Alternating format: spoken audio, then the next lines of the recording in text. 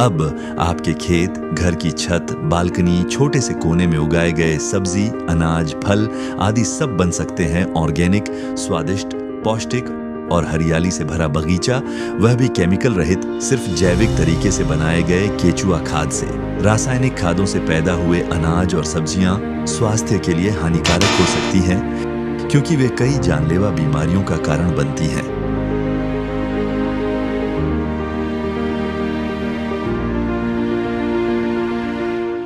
क्या आपकी जमीन पहले की तरह उपजाऊ नहीं रही? क्या आपकी गायें बीमार पड़ने लगी हैं? क्या आप हर साल यूरिया डालते हैं पर फसल की ताकत घटती जा रही है? तो सावधान हो जाइए। यूरिया एक जहर है जो हमारी धरती माँ की कोख को धीरे धीरे सूखा रहा है। जब जब हमने यूरिया और केमिकल खाद का सहारा लिया, तब तब हमने मिट्टी की उर्वरता को जला डाला। केवल फसल दिखती रही पर जमीन की आत्मा मरती रही। लेकिन आज भी रास्ता है गौसेवा का, केचुआ खाद का, प्राकृतिक खेती का। गाय के गोबर से बनी वर्मी कंपोस्ट यानी केचुआ खाद धरती को वही पोषण देती है जो प्रकृति ने तय किया था। न केमिकल, न जहर, बस जीवन देने वाली मिट्टी। जो किसान गौसेवा से जुड़ते हैं वे सिर्फ गाय की सेवा नहीं करते, वे देश की मिट्टी को बचाते हैं। गौमाता का गोबर, गौमूत्र और प्यार मिलकर बनाते हैं वो खाद जो हर बीज में संजीवनी शक्ति भर देती है। यहाँ पे बबूल के पौधे के अलावा दूसरा कुछ आसपास देखने को मिलता नहीं। अभी भी अगर गौशाला के अतिरिक्त अगर आसपास देखेंगे तो बबूल के पौधे ही अब देखने को मिलेंगे। बाकी दूसरे पेड़ पौधे यहाँ नहीं के बराबर नहीं है, बिल्कुल ऐसे मान लीजिए।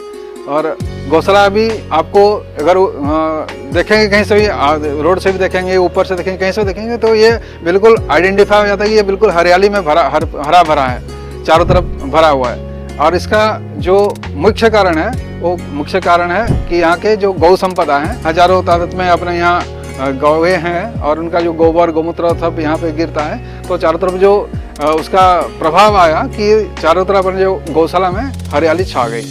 जो अपना केंचुआ खाद का प्रोसेस है ये अपने जानने के लिए, जैसे केंचुआ खाद तो केंचुआ तो अपने क्या इसमें पड़े रहते हैं और ये केंचुआ के जब एक बार अपन निकाल लेते हैं पूरा खाद, उसके बाद फिर नया गोबर डालते हैं। और नया गोबर डालने की जो तरीका है, और नया कच्चा गोबर डालेंगे डायरेक्ट डालेंगे तो उसमें गैस निकलता है जो मीथेन गैस, वो केंचुआ को नुकसान करेगा, केंचुआ मर जाएंगे।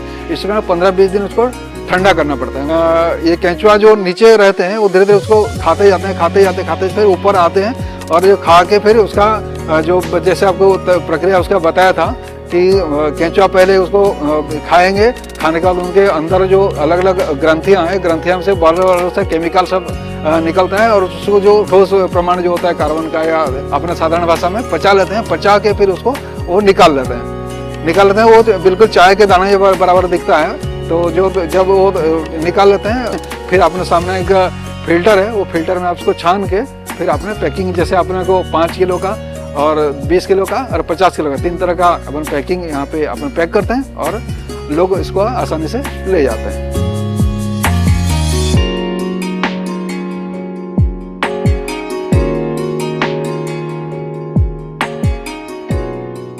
आज समय है फिर से जमीन से रिश्ता जोड़ने का, गौमाता की सेवा करके, जैविक खेती को अपनाकर और अपनी धरती माँ को फिर से उपजाऊ बनाकर। आइए मिलकर करें ये संकल्प, केचुआ खाद अपनाओ, यूरिया हटाओ, गौसेवा बढ़ाओ।